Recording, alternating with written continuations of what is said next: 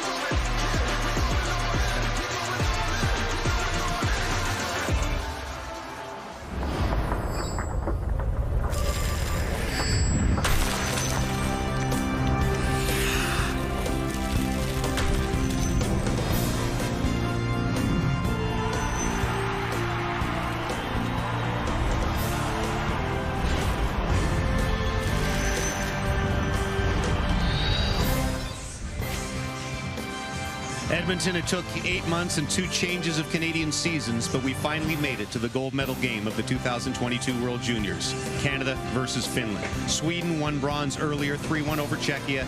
Now Canadian captain Mason McTavish, playing for his 7th team in the last year, tries to lead Canada to gold. As we bring you inside here in Edmonton, biggest crowd of the tournament by far expected today for Finland and Canada for gold. As we welcome you to our countdown to the World Junior Gold Medal game, James Duffy alongside Cheryl Pounder, Jeff O'Neill, and Bob McKenzie. The first ever meeting between Canada and Finland for gold at this tournament. And Canada-Finland is not Canada-USA or Canada-Russia, but maybe the seeds have been planted. These two nations have won 6 of the last 9 gold medals here. Finland has dashed Canadian dreams a couple of times over that span, and the Finnish coach added a little spice to things last night. For more on that and Canada's starting goaltender, let's check in with Mark Masters. James, Dylan Garand is about to lead Canada onto the ice for the biggest start in his young career. He's the one player back from the 2021 team that lost the gold medal game here to the Americans in Edmonton. After that devastating defeat, Garand, the backup goalie, told Canada's starter and his good friend Devin Levi that he would come back the next year and win the gold medal. Tonight, he gets a chance to keep that promise. Connor Bedard has shown great promise in his young career, including on the international stage. A goal and an assist in a gold medal game victory over the Russians last year at the World Under-18 final in Texas. Bedard says that experience will help him tonight as he seeks another signature moment. Now, Bedard had an amazing goal against the Finns here back on Monday night when they won 6-3. Canada did against Finland, but coach Antti Pennanen believes that was a turning point for Finland. His players look just how demanding this tournament is. They also learned about a potential Team Canada weakness. Pennanen saying, I'm not sure how good Canada is in their own end. Tonight, James, he says his team plans to put the pressure on Canada and make the hosts feel the heat. All right, thank you very much, Mark. That Finnish coach, those words, yes, they might be bulletin board material, Cheryl, but you're the defensive specialist. Are they right?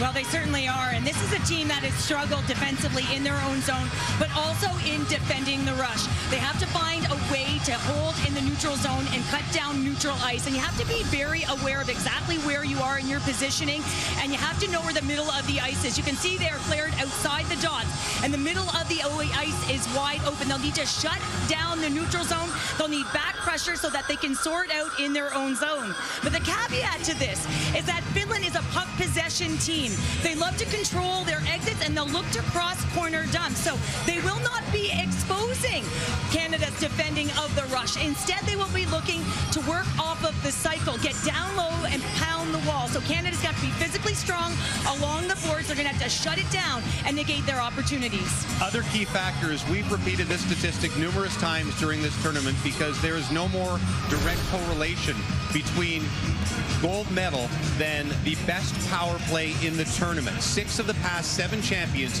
have had the best power play, including all 3 of Canadian gold medal teams. This year, look at the bottom of the screen. Canada's first 57%, Finland right behind at 54%.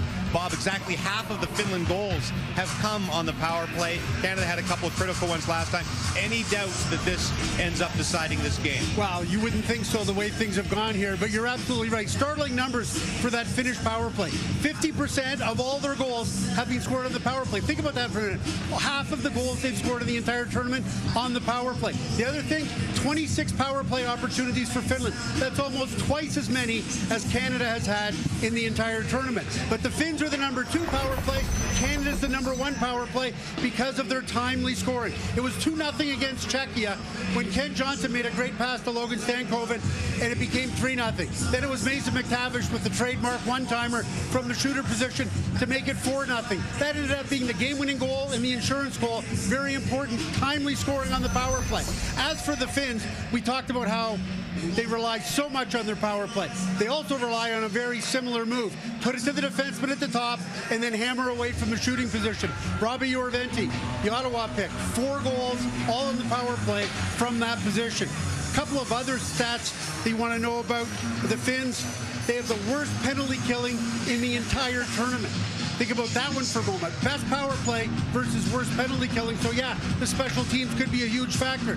But Canada also has more even strength goals than the Finns have any kind of goals. Power play, shorthanded, even strength. So as much as Canada's got a little bit of advantage on the power play, they've got a much greater advantage at 5-on-5. So as much as this could turn into a special teams battle, Canada's by far the better team 5-on-5. Those exact numbers, 35-on-5 goals for Canada in the tournament, only 14 for Finland. Well, Connor Bedard has shone here in the home of the other Connor McDavid. And this is first full World Juniors. Remember, he played those 2 games back at Christmas. Bedard has been terrific, leaving his mark on McDavid's home ice. 4 goals and 8 points. The 2 Connors cut from similar cloth. McDavid wore 97 with Erie and still in Edmonton. Bedard 98 with Regina. McDavid wore 17 with Canada. Bedard 16. McDavid went number 1 in 2015. Bedard almost assured to go number 1 in 2023. He's been consistent. Goals in 4 different games after getting 4 goals in 1 game at Christmas. Points in all but 1 of the games. He seems to be the kind of guy that would relish a moment like this. What are your expectations? I got a good feeling about him, James. The last time I made a prediction was the other Connor playing against the Leafs in Edmonton. So why not Connor Bedard today for a big night? I was interested in watching him the last game. He was taking off that line with McTavish. I wanted to see his body language, and he was fantastic.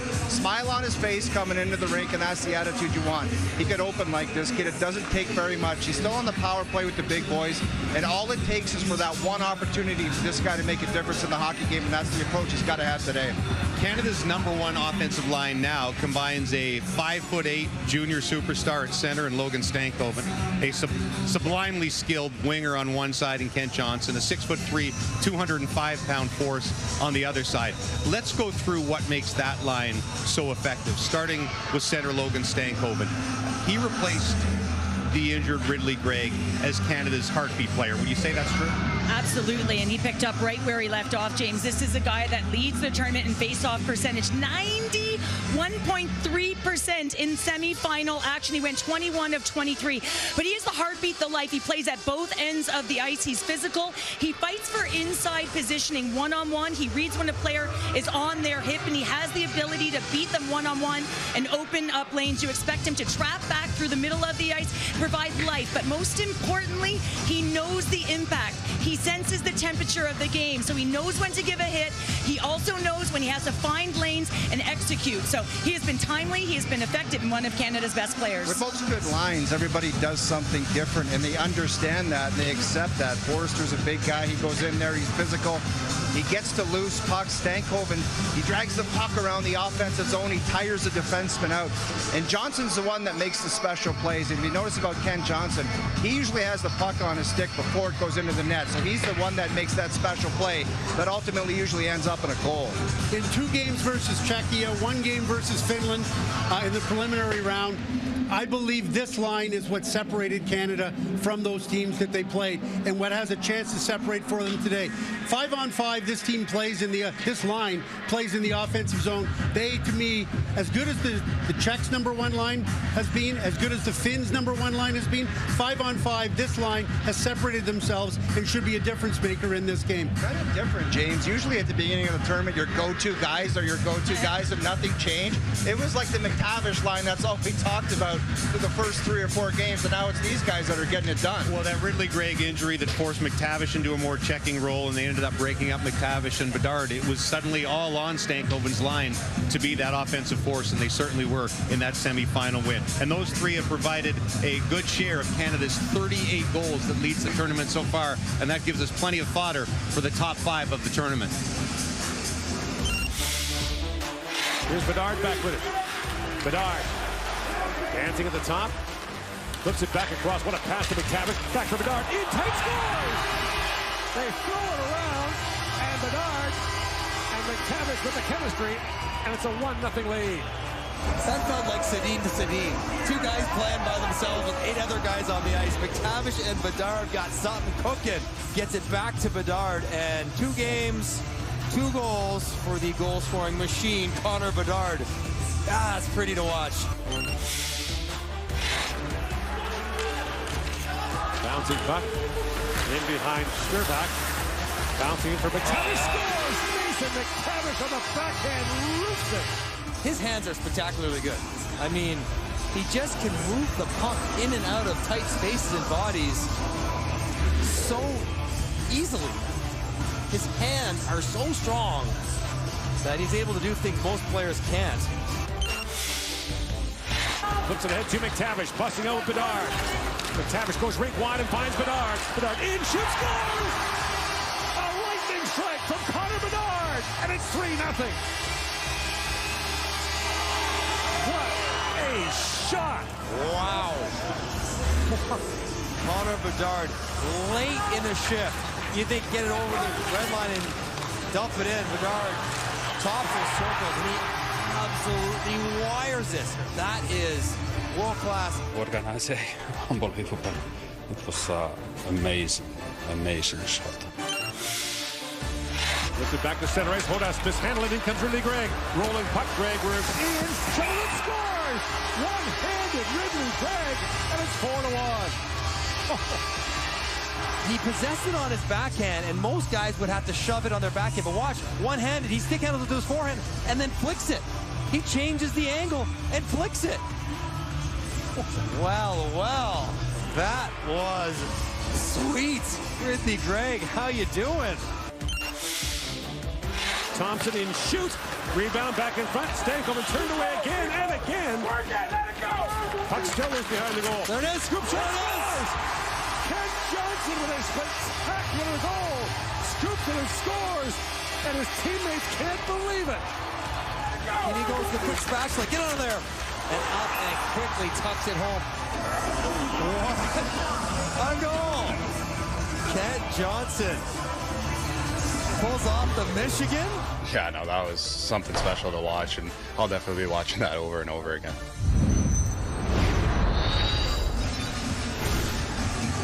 The Finns have had their share of spectacular ones as well, most of them on that power play. Here's Finland's lineup today. Topi Niemela was named best defenseman in the 2021 World Juniors. Defenseman Kasper Pudio shares the team lead in goals. He has 4, including the only goal in last night's semifinal win over Sweden. And that Hirvonen, Ratu, Kemmel line has been terrific. Maybe the best all-around line in the tournament. Kemmel has been a consistent force. 4 two-point games for Finland. Nashville's 17th overall pick this summer is with our Tessa Bonham.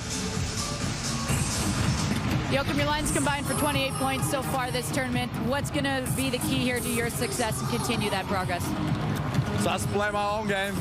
That's a simple thing. The Canadians have the highest scoring efficiency in the tournament. What's your game plan on slowing them down? Trying to keep them out of place to score, and every time we have a chance, we have to score. What has made this team's power play so successful? Main thing maybe was to move the puck fast, and if you got a chance to score, shoot every time. Have fun today. Thank you.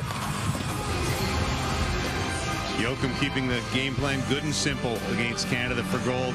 I mean, this kid has been hyped since the beginning of the bronze medal game. He's been rolling like this for 3 hours already. Gold medal game, Canada and Finland, just ahead here on TSN.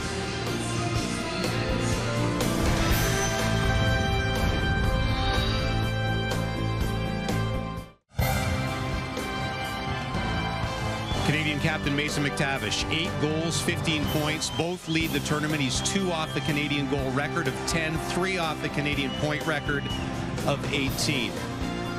But I'm sure he traded in for a gold medal, which would be Canada's 19th gold in the history of this tournament. They lead all time with 18 over the 45-year history of the World Juniors. Russia has 13, but of course has been exiled from the event for the foreseeable future. With a win today, Finland would move past the U.S. into solo third with 6th. Gordon Miller and Mike Johnson will call the gold medal game in just a few minutes' time, but first they're going to drop by to break down the goaltending showdown in this one. Boys? Yeah, James, and Dylan Garand of Canada is the only returning player from the 2021 team that lost the gold medal game here in Edmonton. He played sparingly in that tournament, but he's been the man here. Right from the start, he's been anointed the guy, and he's played well enough to be the guy in Canada. And he's been really good. Consistent, solid, steady. Everything that Canada's asked him to be, he's done.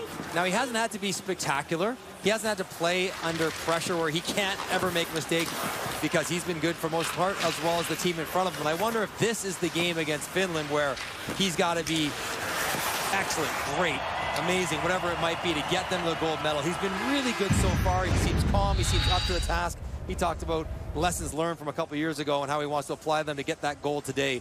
So he'll have to be good, but I think he has it in him to be. Now, meantime, Finnish coach Antti Pennanen shocked a lot of people by going to Juha Jääskelä for their semifinal matchup against Sweden. He'd only played 1 game before that, but the hunch paid off. He got a shutout. So he's the opposite of Garand, right? He's not supposed to play. When he came out against Sweden, we're all like, what? Jääskelä? He hasn't played at all, but in large part because of his track record of success against Sweden, the coach played a hunch to play him in his second game. He only played against Slovakia, where Finland crushed them 9-3, and then they throw him in the elimination game against the rival Swedes. And Jääskelä, of course, was great in net, pitched a shutout in the semifinals to get Finland to the gold medal game and earn himself the start in that gold medal game. I don't know if he's playing a hunch or they're riding a hot hand, but whatever they're doing in net for Finland, it's working. Jääskelä was great against Sweden. He'll have to be better than he was in that game because Sweden didn't test him as much as Canada certainly will. World Junior royalty here. These countries have won 6 gold medals in the last 8 years, and this game features the top 6 point getters in the tournament. James? All right, thank you, gentlemen. Let's have a look at the Canadian lineup. Donovan Zabrango's been critical on defense. His mom went to Gloucester High School. That's a shameless plug. Recorded a game-high 6 block shots in Canada's group play win over the Finns. His partner, Olin Zellweger, leads the tournament in defenseman scoring with 10 points. Nathan Gaucher scored the game-winning goal against Switzerland and then set up Connor Bedard for a beauty against Czechia.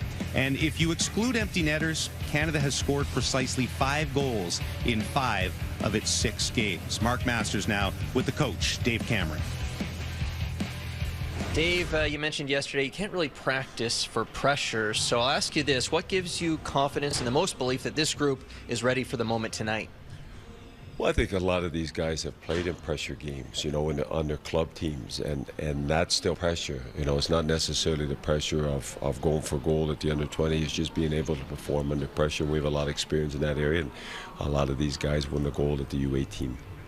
For you, 11 years later, after settling for silver in Buffalo, what does this opportunity mean to you? Well, it's you know, when I look back at it, you know, in the last 11 years, if you told me I would be here coaching this team again, I would have probably bet you big money that I wouldn't be. But then once you get in and get working with a good organization like Hockey Canada, excitement builds, and you know, there's a lot of different things come through this tournament in terms of it started, it stopped. We had a turnover of 8 or 9 players that were on one team and in the other short period of time. So it's been a real challenge, but at the end of the day, winning is what my profession's about. It's what I enjoy. It's the excitement about it. So anytime you have a chance to win at any level, international, club, whatever, it's really, really exciting. Dave, thanks for the time. You're welcome.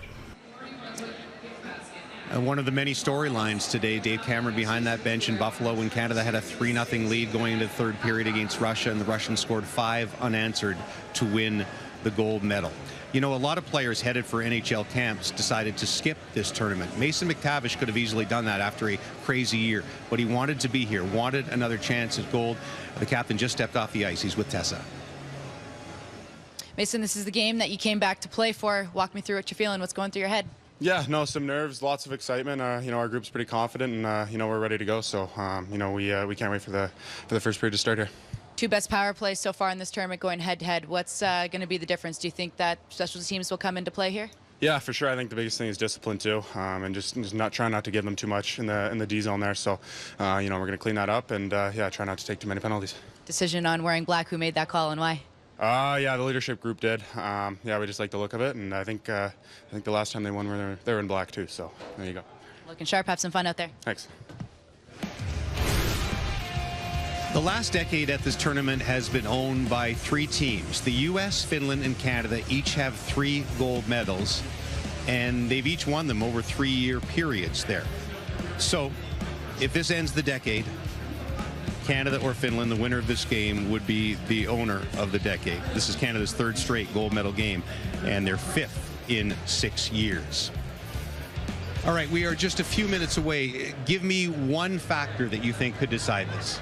I think Canada needs to stay connected. And what I mean by that is when you freeze your frame, if you're watching at home, if you were to pause your television, where there'd be 5 Canadians that you would see on the screen. So in the offensive zone, if you're connected and you're good spacing and you're working hard to position, when that puck turns over, you have the ability to defend the rush through the neutral zone.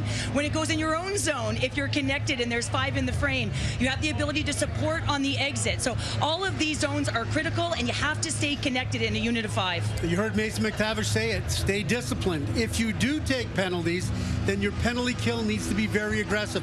We talked about the Finns and how they love to put the puck up to the point man, and for him to shoot it down to one of the 2 shooting positions. Big one-time bombs from either side. That's how the Finns like to run their power play. The Swedes were very aggressive, pushed out on that defenseman, took away that pass. The Finns had to go low with it. The power play wasn't effective. Canada will try to do the same thing if they get into penalty trouble, but they don't want to get into penalty trouble. Stay disciplined. They got to avoid that sluggish start. First 7 or 8 minutes, the last 3 or 4 games, and I kept waiting for it to cost them against an opponent that they were superior than, but it hasn't. So they got to avoid that 7 or 8 minutes. Cheryl detailed about giving up the middle of the ice, those odd man opportunities they were giving up. And the second thing is the cliche that every hockey player will say is, it's just another game. And that's what they have to do. The best team in this tournament, I think, by far, and they're a superior team than Finland. So just go out there and show it. You both have played in gold medal games for Canada at home. Home ice has not been the usual factor that it's been in this tournament, in the past this tournament, because the crowds have been small. Started really small, have gained for the Canadian games maybe 1,000 or 2,000 every game, but this is expected to be at least full in the lower bowl today, and they've opened up the upper deck for the first time. Do you think that is a factor for perhaps the first time in the tournament? Absolutely. I mean, look at the last 2 years and how difficult it has been, James. And anytime you put on your jersey for your country, you just get that overwhelming feeling of wanting to go out there and give it your best for yourself, for fellow Canadians, and for your team. So, Dog, I know you've worn it as well, and how such a privilege it is, but you can feel the energy. I know I've got hair standing on end right now. I don't know about you. Feed off the juice in the building. Get out there and play Canadian hockey. Physicality right off the start. Canada won 6-3 over Finland in group play, and that game was never really close. The Finns made a little bit of a run in the third period. Canada, of course, trying to avenge the gold medal loss they had against the Americans in the bubble here in 2021. First ever gold medal game between Canada and Finland right after this.